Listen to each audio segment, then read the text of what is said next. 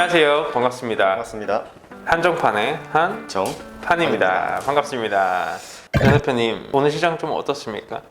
요즘 오늘 시장은 딱 하나로 정리할 수 있을 것 같아요. 카카오가 신고가를 가버렸어요. 오케이. 미친 종목이고 미친 움직임이죠, 사실. 카카오가 시장에 조정에서도 올라가고 떨어져도 올라가고 시장에 올라가도 올라가고 올라가니까 더 올라가는. 그러니까 확실히 트렌드가 코로나 때는 이제 성장주, 앞으로 좀 전망이 좋은 종목들이 올라갈 거다라는 얘기가 있었다가 이제 또 가치주, 이제 실적 봐야 된다. 맞습니다. 금리 인상되면은 지금 성장주 고평가된 종목들 떨어진다.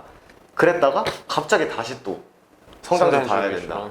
굉장히 좀 난해한 시장이고 테마도 너무 많고 시장에 이 변동적인 수급 자체가 너무 일시적으로 들어갔다 빠지고 그러고 있어요. 맞습니다. 그래서 이게 지금 사실 종목 선정 자체도 그렇게 쉬운 시장은 아니고, 그래서 잘못 들어갔다가 그 관심이 안 오면 그럼 또 한 몇 달 기다려야죠.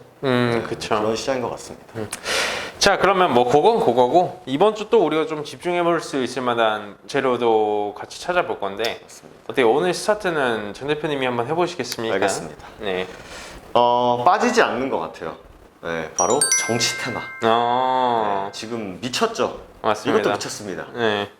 저희가 계속 강조드렸던 게 이제 상대적으로 여권 느낌의 인물, 상대적으로 야권 느낌의 인물의 대장급으로 하는 게 훨씬 낫다. 맞습니다. 근데 실제로 대장급 종목들은 계속 움직여요. 올라갔다 내려갔다. 오늘도 아까 점심 먹고 와서 보니까 계속 올라갔다 내려갔다 하는데 또 새로운 인물들이 나오잖아요. 뭐 맞습니다. 최재형 씨, 그리고 뭐 젊은 피 해가지고 또 상대적으로 이제 여쪽에 또 인물 이름은 정확히 기억 안 나는데 처음 보는 분이어가지고 정말 여러 종목들이 엄청나게 움직이는데 그럼에도 불구하고 지금 지지율이 가장 높은 사람이 누구냐로 놓고 봤을 때는 가장 파워풀한 인물이 윤석열이다. 그리고 이제 여쪽에는 이재명이다. 그래서 이 두 인물은 뭐 느낌은 다르죠. 이재명 씨는 거의 뭐 계속 말하는 뉘앙스는 이제 대선 뭐 나갈 것 같은 뉘앙스고, 윤석열 씨는 이제 말은 별로 없지만 이제 움직임이 조금씩 있어서 시장이 거기에 더 약간 불확실하잖아요. 저 사람이 도대체 어떻게 움직일지. 근데 이재명 씨는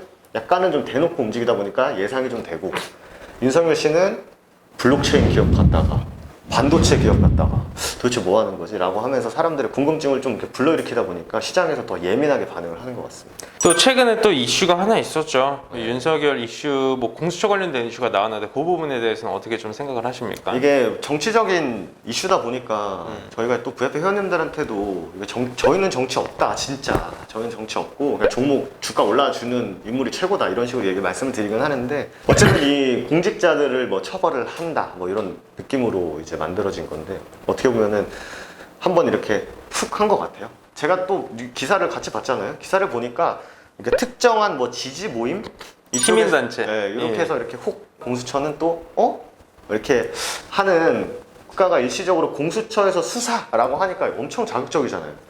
그래서 윤석열 씨 관련주들이 후루루 했다가 또 다시 후루루 올라가는, 계속 이런 게 좀 반복될 것 같아요, 사실.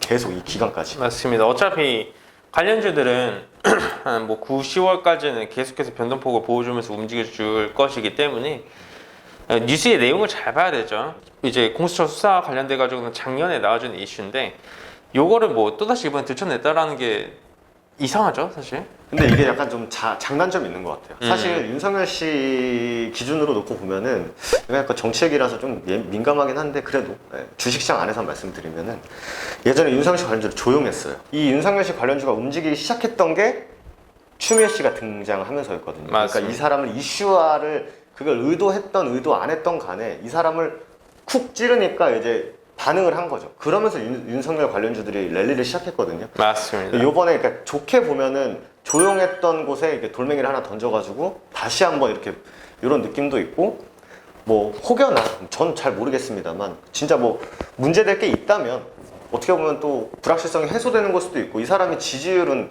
갑자기 이렇게 되진 않을 거기 때문에 계속 시장에서는 왔다리 갔다리 하지 않을까 생각이 듭니다. 맞습니다. 예민하죠, 사실 정치 얘기가. 종교 맞습니다. 정치는 진짜 저희도 굉장히 예민한데, 그럼 뭐 시장에서 움직이는 걸 어떡합니까? 관심 있게 봐야 되기 때문에 언제나 좀 모니터링 해봐야 된다라고 이해를 해주시면 될 것 같습니다. 두 번째 이슈 소개시켜 주시죠. 이번 두 번째 이슈는 하나의 모멘텀보다는 현 시장에 대해 논해주는 이슈에 대해서 한번 얘기를 해볼까 해요. 네. 그 키워드는 증시에 쏠리는 돈.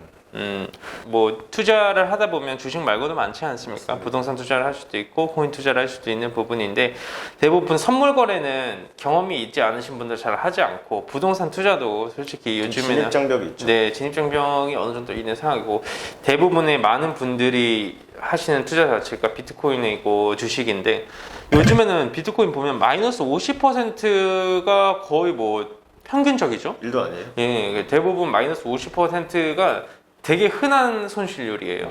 예, 주식을 하다 보면 마이너스 50%는 사실 쉽지 않죠. 쉽지 않죠. 네. 저는 한 번도 아직까지 본 적이 없거든요. 코인 시장에서는 그게 좀 흔한가 봐요. 그러다 보니까 많은 투자자분들이 지금 코인 시장에서 주식 시장으로 넘어와주고 있는 단계에 있다라고 보여지고 있어요. 그리고 이제 그 증시의 이제 고객 예탁금이 얼마인지 매수 대기 자금이 얼마인지를 보면은 오늘도 엄청 늘고 있어요. 그러니까 예전에는 잘 모를 때는 많은 사람들이 증권사나 은행 가가지고 뭐 펀드에 투자해주세요. 예전에 막 브라질 펀드에 투자해주세요, 러시아에 투자해주세요라고 하면서 약간은 더 간접적인 투자를 했었는데 지금은 보니까 뭐 인터넷 열어보면 막 뉴스 쏟아지고 뭐가 뭐 증시가 올라가네, 주식이 올라가네 하니까 사람들이 거기에 있는 돈을 빼가지고 직접 이게 증시에 넣어버리는 거예요. 그러다 보니까 계속 매수 대기 자금은 늘어나고 그리고 있었던 사람들이 뭐 돈 더 넣고 있고 계속 그런 상황이 발생하다 보니까 증시는 어쨌든 계속 올라가고 있잖아요. 맞습니다. 그러니까 이게 뭐 좋던 나쁘던 그냥 돈 계속 밀어 넣어버리는 거예요. 그러다 보니까 약간은 좀 지지층? 돈으로 지지하는 어느 정도 그런 심리가 좀 있는 것 같아요. 지금 분위기가. 그러다 보니까 이게 근데 여기서 또 조심을 해야 되는 부분이 있죠.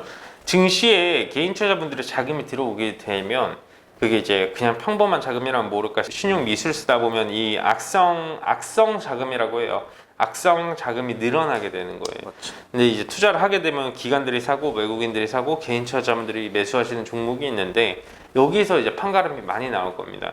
개인 투자자분들이 매수하는 종목은 고점인 경우가 많죠. 네, 거기서 이제 메이저들이 차익 실현을 하는 경우가 많고 어느 정도 다시 한번 더 바닥을 잡고 올라와주는 그 메이저들이 매수하는 종목군들 그런 종목군들 위주로 좀 포지션을 잡아가야 되는데 이게 기관이든 외국이든 그들이 그 최근 들어서 매집을 많이 하는 종목군들이 좀 있어요, 맞습니다. 그렇죠? 네. 제가 어저께까지 체크를 하기에는 뭐 LNF, 뭐 에코프로비엠, 뭐 오스템 임플란트, 뭐 셀트리온 헬스케어 이런 조금 우량하면서 어느 정도 가시적인 퍼포먼스를 보여주는 종목군들이 있지 그렇죠. 않습니까? 약간은 이제 성장성이 보이는 말씀하신 종목들의 군들 보면은 2차전지 또 바이오 그리고 또 오스템 임플란트 같은 경우에는 또 이 덴탈 시장을 얘기하면 진짜 긴데 어쨌든 지금 중국 시장이 지금 이제 올라오기 시작해요. 지금 덴탈 시장이 뭐 이거는 뭐 나중에 또 따로 정리를 해서 말씀드릴 수 있는 기회가 있으면 좋을 것 같고 그 한 대표님께서 말씀하신 대로 아까 초반에 그 개인들의 매수 자금이 많은 게 뭐 무조건 좋은 건 사실 아니거든요. 왜냐하면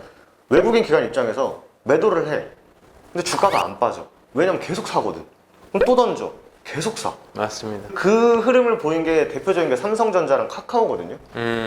그래서 삼성전자는 저희가 날짜도 기억하죠. 1월 19일 정도 맞습니다. 완전 고가 찍었을 때. 그리고 카카오도 보시면 카카오 날짜는 기억 안 나는데 액면 분할이란 걸 하고 난 다음에 보시면은 사람들이 이거 사도 되겠다. 뭔가 싸졌다. 완전 난리가 났댄다. 계속 사는 거예요. 그러니까 외국인 근데 그것도 계속 던지는 거예요, 그냥. 맞습니다. 네. 굉장히 위험하죠, 그게 사실. 포지션을 잘 봐야 돼요. 좋게 브리핑한 종목군들에서 실제로 차익 실현하는 종목군들이 많고 진짜 좋은 브리핑은 저점에서 내지 않습니다. 그리고 네. 시간을 투자해서 찾아야 돼요, 그죠? 네. 우리가 발굴해내고 그들이 언론 플레이를 할 때쯤 되면 어느 정도 매물이 나와주는 시기다. 긴장해야죠. 예, 긴장해야 된다라고 이해를 한번 해주시면 될 것 같습니다. 맞습니다. 아까 이제 말씀드린 이제 성장주의 느낌의 종목들이 약간의 이제 매수세가 조금 쏠리고 있다. 맞습니다. 네. 바닥에서 좀 자리 잡아가고 있죠. 여튼 이런 종목들을 체크해 보시면 왜 이 기업들이 성장주인지를 먼저 판단을 하시는 게 중요하지 않을까 생각이 듭니다. 오스템 임플란트는 정말 좋은 기업이죠. 좀 신고가 가긴 했는데 네. 네, 전 아직 안 끝났다고 네, 봅니다. 의료기기 쪽 굉장히 좋습니다 지금 분위기가. 좋습니다. 오늘 뭐 두 번째 재료 브리핑은 한 이 정도까지만 진행하면 충분할 것 같고요.